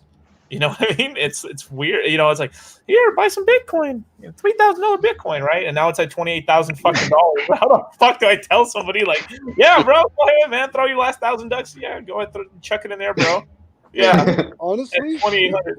BCC, I think they love it, man, because it's at the top. Yeah, they've seen it move. So like, I know. I feel bad having to like try to explain to them. You know what I'm saying? That it's moved and how volatile it is. That's my one thing. Just seeing it at like 27 and knowing they want to get in because it's a top, right? They've seen that little appreciation and they're getting in at the tops. But it's like, so what I'm about to say is not kosher right here. It's not kosher, but this is what I've had to say to people. Stop being a fucking pussy and buy something. What the fuck are you doing? Like, what the fuck are you doing? You just keep fucking. I've been telling you for the whole fucking 6 months already, and this shit's already run up so much, and you're still sitting on your goddamn fucking ass. What the fuck are you doing? And it's funny because then they're like, oh, I'll get some now, right? It's like, yeah, bro. Yeah, listen, guys. I got a great story for this one. You know me with my stories. So I was good friends with Ira Miller. He was the one who set up the Winklevoss twins and their Bitcoin wallets. He worked at BitInstant with Charlie Shrem and those guys in New York City. And back when Bitcoin, this is early 2017, when Bitcoin just passed 1,000 again. I'm not going to tell you how much money that motherfucker lost, but he lost a shit ton of money because he kept trying to short Bitcoin. He said, look, we're done. Bitcoin's over with, Randy. You guys need to short this shit. It just made its new all-time high. It's going down. And he kept putting more and more Bitcoin into short for like a 2-month period. He ended up losing a shit ton of money. All right. This is the same situation we are right now. What you just said made me think about myself, because right now I just but I responded to somebody who said, hey, should I buy some Bitcoin right now? And like, yeah, I don't know. I'm a little bit nervous telling you to buy some Bitcoin right now. So when I tell them, you should go buy Hex and Ethereum and things, I think they have a better opportunity to make more gains. But as far as Bitcoin's concerned, I've been telling people no for the last couple of weeks. Well, what Dollar Cost said, just totally makes sense to me. We should be just continue DCA, and if you DCA, you're not going to lose, right? Right. Yeah. Yeah, I agree. And it depends on what your outlook is. If you're looking to just buy in for a year and then dump whenever it starts to go down again, then what do you tell to that person versus somebody that's like, hey, I want to get into Bitcoin and then I'll start to look into what these other tokens and coins are. I want to find out about Ethereum. I want to learn more. I'm in it for the long haul. Like, that's a totally different mentality. And I think that speaks to the Hex population, that we're trying to learn more all the time. We're in it for the long haul, and we're less likely to dump than everybody else. So we just have to speak to the nature of the people that we're talking to. And by the way, most of us can't dump. Yeah, we can't. Correct. There is That's no true. dumping. Yeah. The 10% that are the staker class, they can't dump. And those are going to be the biggest wallets in Hex. Dude, I'll be the first one to admit it, that if I had $1 million free right now at a penny, I want 10 grand. Sure, I'll take 10 grand. I'll throw it into another project. That's what I used to do, right? Wait, what? That's how I do that. When my money would go that much, I'll take a slice off and I throw it in another project. That's how I was, man. I did that for years. So go for it. I can't. What Randy, I happened? can't wait to dump on your head. But that was the old Brandy. When I traded, that's what I did. Hex Outlaw, thanks for the diamond and the ice creams and the lemons. Thank you. So, Maddie, what are some of the ways you're going to market the Hex conference, other than us going out and marketing as well? Is there any plans? Well, yeah, I've actually lined up the best community in the world. Woo. And it's got you did do that. 20,000 members, tons of beautiful genius influencers, right? And so I mean, what didn't I do to promote the conference? Hey, Maddie, are you what URL are you using for the Medium link? What's the URL? Yeah, It's Hex Change 2021. Okay. I didn't know if you had like a shortened down version of it. Pretty much anything you can think of will go there. Like hexchange.io, Hexchange 2022 probably goes there. I could set up a shorter one. I got a hexbuzz.com. I'll reroute it to that. Yeah, I was thinking, because I was telling people verbally in my personal life, and I was thinking maybe just like hexshow.com would be easier to say, and like people could type it in faster. Yeah. I don't know. I'm dyslexic, so I have to type in, something without spaces and stuff, and I have to go back and figure out if I missed a letter or something. Damn. Yeah. Yeah, I'm not using that URL. That's why I'm saying that. I just wait for you. That'd be awesome. Yeah. Got it. You guys want to hear some moon math? Yes. Well, DC's bread and butter. So, okay. All right. So all this for this moon math, it's not going to be on the price. It's going to be on how much hex you're going to pull out of staking. So I ran some numbers right here on a compound interest calculator in terms of how much hex you can pull out. So I did $1 million. I'll just count that as 1 million hex, right? A 5-year time frame at a 40% interest rate, and I've also given variance for it going down to 10%. So it'll give me a range between 40% APY all the way down to 30% APY, which is what I think we'll actually maintain. If we keep after 5 years, you'll have pulled about 7,300,080 hex out of that 1 million in 5 years. Just interest. That's T shares. That's not counting anything else. Like any emergency end stakes or anything. Yeah. Yeah. Wait, you're saying a 7x? So 7.3x. 7.3x on principal. In 5 years. On 5 years, if we hold 40% APY, right? But let's just say 30% would be 4.4%, 4.4x on your principal. That would be at a, let's just say if the APY dropped a bit and dropped to 30%, which I think is probably going to be our baseline, to tell you the truth. So it's going to be 30%, because eventually with more people coming to the system, more people going to stake, it's going to ebb and flow. So we're going to have a range between 40 to 25 and back to 40, back to, it's going to be something like this always. But since we're staked right now, you're getting it. So let's just say middle of the road, right? That means you're going to pull about an average of about maybe like 5.4 million hex per million after 5 years. Ooh. Yeah. So that's a crazy moon math, like what looking into crypto is talking about. Like eventually, at one T-shirt would be 1 ETH, and then it just comes from there. That's trending now. I know. We're at a tenth of it. And actually, we're a little bit more than a tenth of an ETH now. So like if you see that whole chart, like Look Into Crypto did, it was, we originally started a little bit above a 1% of an Ethereum when we launched. It went up to like maybe like 2-3% of an Ethereum. It crashed down below 1% of an Ethereum. That was when T-shares were really cheap. Everything was cheap, and now we're solidly above the trend line of 10% of an ETH right now. We're at probably 15% of an ETH, maybe a little higher. And we're trending. The way it works is it literally just keeps going up in like tens. The way we're moving, so we're heading towards an Ethereum per T-share. That means that means within 30 years, within 30 years, we'll be a T-share will be more than a Bitcoin, bro. 30 years or more. Well, dude, well, I know you guys would be dead, but I'll still be alive. But like, Hey, I'm gonna outlive all you fuckers, man. I'm gonna.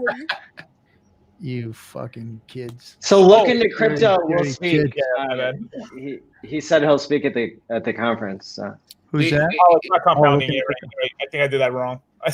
He did a great job looking at crypto. Dude, he's a great guy. I really like him. I really like his knowledge on how he crunches his numbers and his ideals and everything about him. He's a good guy. Yeah, he's smart. He's quick, and he got it really fast because he's only been studying Hex for a little while compared to a lot of us. It's so hot in here. Fuck. Well, I mean, that's the core of our new community, right? Our new hexagons that we're building are going to be just like him, quick on the draw, smart, young, and then those people are going to be the ones that bring on so much more people value and all the rest of that. It's the carrot instead of the stick, right? You have the carrot and the stick to keep people in line. The carrot's the most important part. The stick is what technically pays us when people get out of line. So, he's an awesome character in the community. Nice, yeah. And so, go ahead, Maddie. I was just going to ask Randy, after you go, Franklin, maybe you could give us all some pointers on how we can promote the conference more with our own social networks and people in real life and stuff. Sure. You want me to do that now, Franklin? Or you want to go ahead? You got it. Go ahead, bro. Well, first and foremost, I told you I'm writing an article, so that'll be up on. It'll be on CoinMarketCap. And it's going to be in Crypto Daily. I said in my video the other day, I'm like a plant on CoinMarketCap now. Because I hate them so much, but my articles are right there on their news page. So sorry if you guys can hear some music. It's New Year's here in Acapulco, and all people from Mexico City came to Acapulco, and it's a big party right now. Sorry for all you CV folks. They don't really believe in that shit here. So I just think that if everyone could just tweet the conference out and share it maybe on their LinkedIn profile, their Facebook profile, maybe some of the decentralized channels like Hive and Steam and Uptrend and Library, those places, that's good seeds to talk about it. And remember, you're going to see that this Hex Crypto first conference is going to trend for a long time in the SERPs and the SEO. It's just going to be there for a long time because it is the first conference. I remember this from Steam Fest 1 when we did the first Steam Festival. That one was in Google search, right in the front page anytime we did type in Steam Fest, right? Because that was the first one. So this conference will always be sitting at the top of the SEO for a long time. So if we do our job, we all share it, Google's going to recognize it. It doesn't take much. It really doesn't. Make sure on all your images that you share that the metadata does say Hex Conference or first Hex Conference or whatever, all the keywords that we need to have.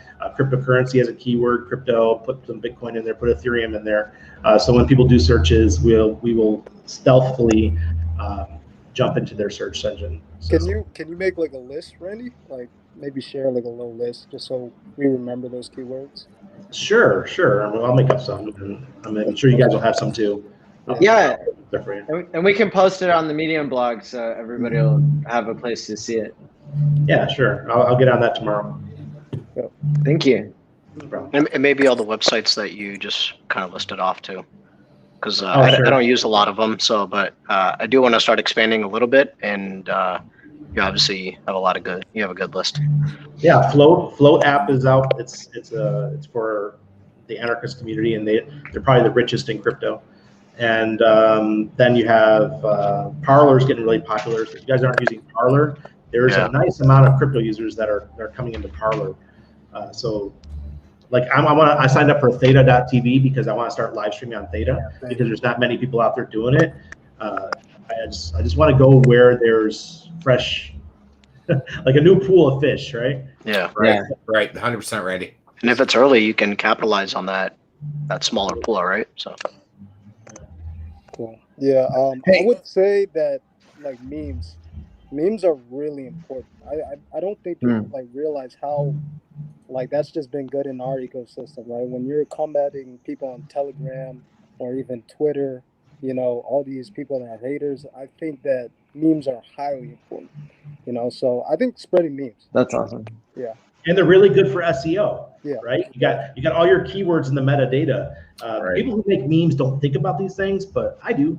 I mean, if you want your meme to just trend in the Google search, you can. You got to put your metadata in there. Don't worry about people stealing your meme. Most people just steal your meme and they repost it. Well, they don't know that they just took all your metadata with them. Not to mention people put their little tags at the bottom, and I think that's fine, right? Yeah. Speaking of tags, do we have a hashtag for this? Abracadabra's asking. Randy? No, why are you asking me? It's your conference. Yeah. I don't know. We got to think about what's going to do well with the algorithms. Hex change? I don't know. We have to think about it, guys. Okay. Yeah, that's not something you're going to come up with right away. Companies think about these things for months. Yeah. Hex rated. Well, we got like 6 days. That's actually pretty good. That's awesome. That's actually pretty good. That'll get attention. Yeah, hex rated, baby. Shit. There you go. I want to see some top hat memes, man. Got to get them top hats in here, man. We got to get a bit on that. Yeah. He's killing it. We got to and that's reach out to him. He'll do it. Yeah, I think we definitely need to get more skills as a community if we can. You know what I'm saying? Like, imagine everybody in here was just printing out memes. You know, like honestly. Yeah. I don't think it's the hardest skill, but everybody brings something unique, you know, in the way that they think. So we'll definitely have like top tier memes.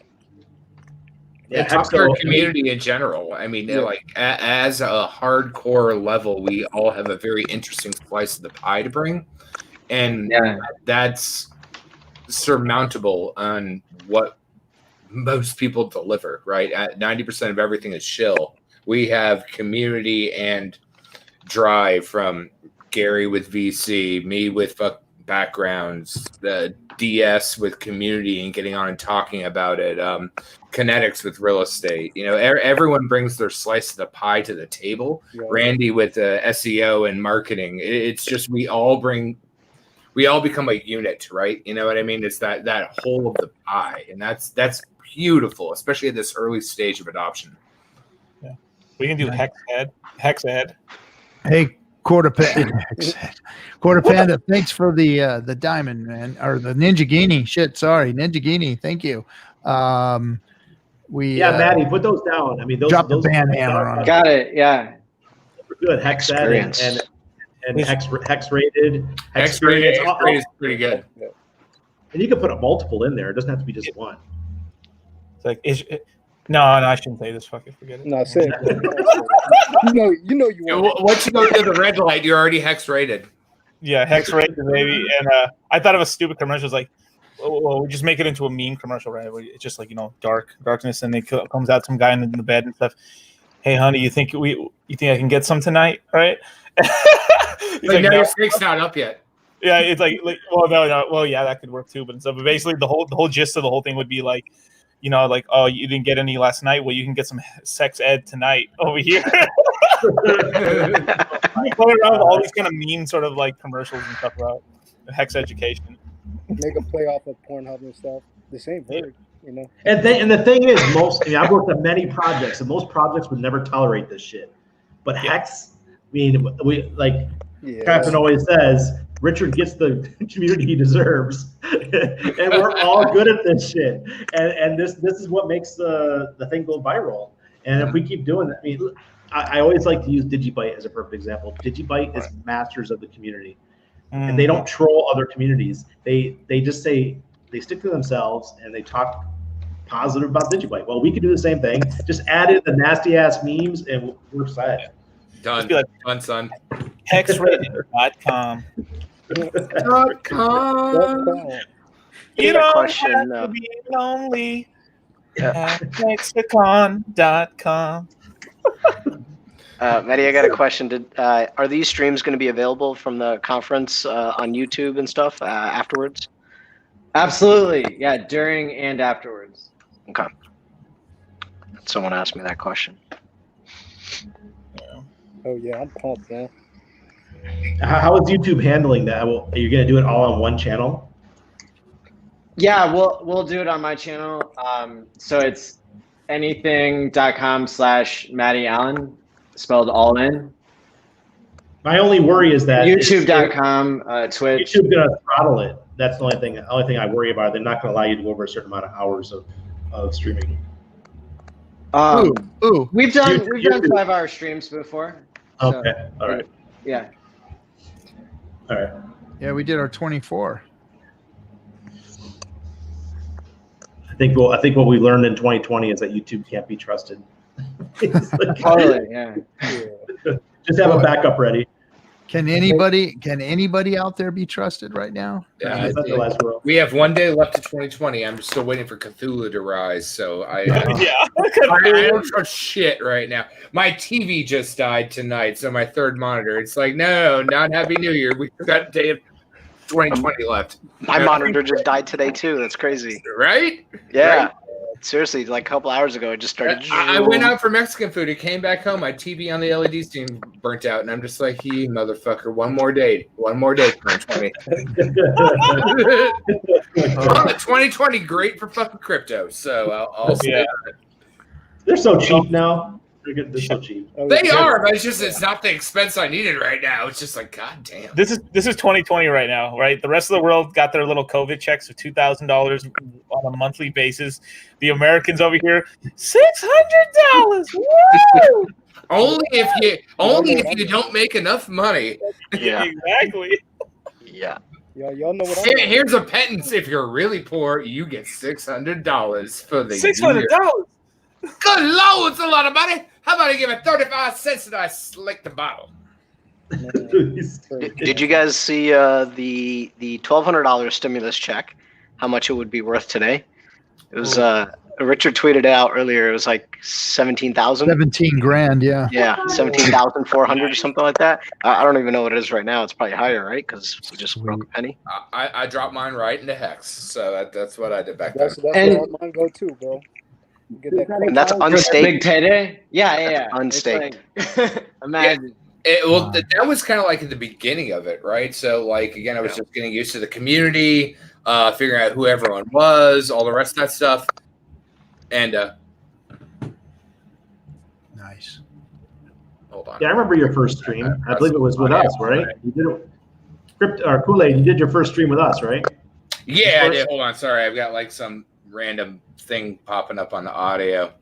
It's 20K now. It's worth 20K now. Jesus Christ. 20K. Jesus Christ. But yeah, no, I did my first stream with all y'all. And again, that's the beautiful part of it, and that's why I reached out to Cap way back when. Is like the community means more to me than anything. It's the same thing about the gaming industry. It's super, super, super small. Randy will probably talk about it with like the media industry. It's super, super, super, super small. And if you can put a footing in that to a very small industry, you win, especially when that's not your bag, but your life, right? You know what I mean? If like Randy will like adhere to that, like when there's only a certain amount of people that can write and talk and be articulate and have the amount of power and knowledge that they give, the community is so small. And so if you can build on that to build it to that community, it's a win-win-win-win-win across the board. And again, I tell people all the time, I would love some competition doing marketing for crypto, because I'm not going to do the shill stuff anymore. I don't want that crap. You know, people, they want to pay me a lot of money to go shill their project. I tell them, man, dude, go buy some Facebook ads, or go do something else. I don't want to put my name on this new shit anymore. I learned my lesson in 2017. I mean, people throw money at you just because they want something to rank on page 1 of Google. But is it worth destroying my reputation? No way. So the communities are so small. I'm kind of telling people out there in our audience, look, guys, if you want to do something and make a lot of money, I mean, learn how to be a marketer. Learn how to get into sales. There's such an open space out there, even in the crypto space. People are like, oh, it's 10 years old. It's too late to get in. No, it is not. Not even the slightest. Not even the slightest. There's so many people coming right now. I'm seeing these new YouTubers come on. Look at the live streams. Look, okay, Discourse Syndicate. Oh, well, let's use Hexo as an example. Hex launched, not even a year later. Now Hexo is pretty much a crypto celebrity, right? In 1 year. In 1 year. In 1 year. Hey, you know why he's consistent? It's why he's consistent every day. Ivan on Tech, like an atomic clock. We come at you at 6 a.m. You know, coffee, no cream. You do your shit every day. You become a table name, right? And if you do that this early on, you have all the value of that. And why the DS and what Cap is doing is so valuable. Great. All of us are on here. Great segue to what I want to talk about real quick. So I made mention that I needed to kind of blow the candle, one of the ends of the candle out. I had a whole bunch of them going here, but I didn't want to shut DS down. I didn't want to change the formats or anything like that. But I had a talk with Kool-Aid today about this, and instead of shrinking the streams or because we're going to do 2 hours on Mondays and Wednesdays, I want to know what the community thinks about continuing discourse every day of the week. But allowing the Cutthroats to go ahead and steer the ship, and we can do it. We can do a stream every night and keep those streams. Whoever wants to do it, So I'm thinking about doing that and just letting everybody have at it. That's awesome. It's so good. As long as you do not let Kinetics get it. he exit scammed us anyway. No, he didn't. No, Thanks, Brad, for the time. As long as it's the same time every night and we're consistent, this show will blow up because we're real on this show. Yeah, and that's what I want to do because it is popular. We only stream 3 times a week, but I think that if we were more consistent and just streamed every day of the week and took the weekends off, we can do it that way, and then just get discourse going a little stronger here. But look at it. It's just like look at what Hexo did, right? Every time, every day, and we're also thanks for the diamond, Joe. Right? You know what I mean? Hexo, DS, all of us, we're all a team, and as long as we have that churn of stuff, all the new coiners, everyone else has so much content to digest. And that's good, especially if there's different panels of different days on different things, right? Like one day, Randy hosts a night on marketing and Hex and how you can same thing as like compared to like Conrad Zen and like how they do their marketing and all the rest of that type of stuff to bring the tangibleness on how you get out there and stream and stuff like that. So much potential. Star says, RG3 is trying to trick someone into running the show like Hexo tricked him into it. That's kind of how it happened. No, I wanted to create a stream like this, and Hexo helped me, but he was going to be part of it, and he realized how much work it was for him to, do his stream every day and then come in here 3 days a week. And that was the only reason why I kind of limited it down to 3 days a week, was because it was going to be a lot for him, and I wanted him to be part of it. And then it just turned into 3 days a week. But I was thinking, we can do this. We can do this 5 days a week. I don't mind. For all the problems, right? And then whoever does have their stream day can bring their guest in, and have their format. We're not going to do an FN Hangout. That's Friday nights only. That's a free for all. Everybody gets to come in.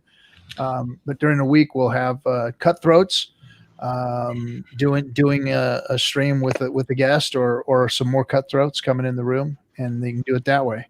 Yeah. And, RG, if you could set up a calendar and just book us all out so that we can fill it up for the 2 weeks at a time or something. Well, that's what we'll do in the Cutthroat room. We'll set up, everybody will give me a day, and we'll put the calendar together, and then we'll get everybody the stream keys and get them in and do that. Cool. And this is cool. I'm excited. Yeah. This is the idea. right place to bring everybody together, because it's already been happening for so long and going so well. I agree. And so everyone else has their own corners of the internet, and the DS is the bring everyone together point, and everyone can bring their own little corners together, and it's like the shepherd's pie, the hodgepodge of everything. And dude, it's good. And if you think about y'all are all dirty rich pirates. I got in late, but if you think about where we're going to be in a year with streaming, with onboarding, would be crazy. Woo! With price, give us a week, Joe, before we actually put it in stone. Joe wants to put it on hexlive.tv, but I think next week, the beginning of the year, we'll start. So we'll finish up the year here with our format, and then because I've got some extra streams to do. Hexo and I are doing a New Year's stream tomorrow. So it's going to be me and Hexo are going to be streaming from East Coast New Year's Eve. So 8 o'clock Pacific all the way until midnight Pacific. So we're going to count off the New Year's Eve celebration all the way through New Year's Eve together. How many hours is that, Cap? 4, I think. Oh, okay. All right. Sorry. I was thinking more longer than that. I'm like, oh God. No, it'll be just 4. We can do 4 hours standing on our heads. So. I know. Dude, that 24-hour stream was grand though. Yeah. Oh yeah. Right. Yeah. Guys, can I just say Staker app and Blockfolio? Oh Lord. Oh Lord. I think we're on Blockfolio. We have barely released the Kraken on what will happen, and that's the glorious part. Is speaking of the Kraken, let me release the Kraken for everybody. Captain, before you do that, I just want to say, 2021. I need everybody working out. We have to get there. We got to get in shape. We need to be the fittest crypto community. We got to encourage Richard. Let's do it. I'm already hitting it, bro. I'm hitting it. I'm hitting it, man. Yeah, that's what I like to hear. If anybody needs help, man, hit me up. I did a bunch of calisthenics. We'll talk offline. All right, so here comes 4, 3, 2, 1, and the Kraken says, "There you go." Ballet Brand got 103. Cookie Boys with 60. Swearworks 43. Joe Hexotic 34, and Quarter Panda with 29. Boom. Frankly, I'm gonna get my 20-inch cannons back. Small chest, huh? Small chest. You say what? I'm trying to get my 20-inch arms back. Yes, sir. Come on, bro. Let's get it in. All right, guys. 16s right now, literally. Fuck. Yeah, bro. He's a big boy. So I'll be streaming. Tomorrow afternoon with Crypty. We couldn't go because we were too busy watching Richard, and so I'm excited to do that show too, and that'll be in the afternoon. So. I want to give Hexo. I want to give everybody a little lesson here, a little wisdom lesson. When you're in a community like this and you have speakers and you have people that are dropping knowledge, you never, ever, ever, ever, ever, ever go up against them. You never do. You always allow the bigger stream to go before you, and that's why we never stream. When Richard's on, we back off and we let it go, because I don't want our people listening to me when they could be listening to Richard. Why would I do that? Why would I conflict it like that? So that's what you want to do, is you want to throw your people out in front of the people that are dropping the knowledge and the wisdom. So I never stream up against somebody who's got a bigger stream, bigger following, and more knowledge to drop. So that's why we do that. All right, guys. I'm going to start buying some equipment and upgrade my computer and all that. So I guess in the Cutthroats is a great place. You guys are doing so well with these streams, so I'll be asking questions in there because I got to get a tower. Yeah. I don't have a computer that's powerful enough. Hit me up. I'm the Caps IT guy. I'll take care of it. Hey Franklin, hit me up after the stream. We're gonna set something up for the fitness stuff. Let me. I gotta talk to RG and get this thing fixed. Yeah, we gotta get that freaking bot fixed. Yeah, and then I'll hit you up. Hey, Crypto Kool-Aid, you probably don't want to tell everybody you're my IT guy because I got the worst IT in all of crypto. That's because I'm not there to fix it for you. I gotta fix it over the phone and be like, hello? So you have helped me. I mean, had you not helped me, this would have been a disaster. This whole thing I got going on here. But anyway, must have taken like 10 hours. You don't even know how much time I've got in this equipment, and it's still not right. The camera's still shutting down. I mean, so the thing is, like my EOS camera, Rebel 2, I plugged it in today. I haven't dusted it off since 2017 when I was a crypto YouTuber doing ICO reviews. Plugged it in, 2 clicks. Here we go.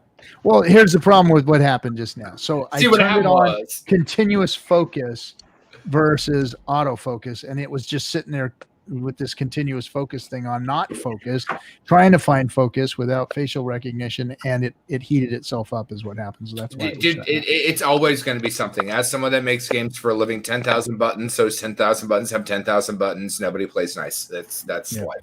All right, gentlemen, we got to get rolling. It's 2 hours, trying to keep the stream at a regular 2 hours. Thanks everybody for coming. Thanks for all the diamonds and ninja guineas and everything, guys. Appreciate you all. Thank you. We'll see. Oh, and by the way, the Cutthroats are a group of guys and gals that have contributed to Discourse Syndicate on a regular basis, either with me privately, dropping information, becoming part of the community, coming on stream on a regular basis, or have shown that they want to be part of Discourse Syndicate's community.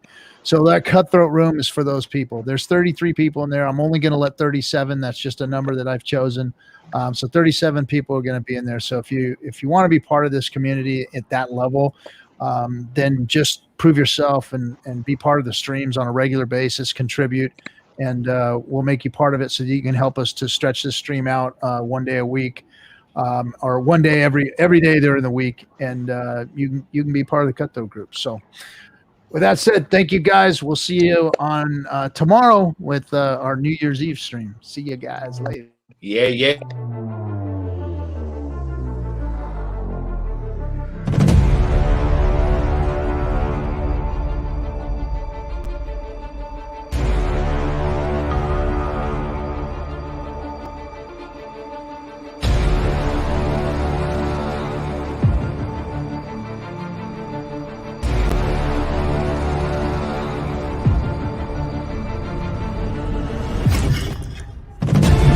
This is Mickey Mouse here telling you, if you do not buy Hex, you're gonna be a broke bitch. You hear me?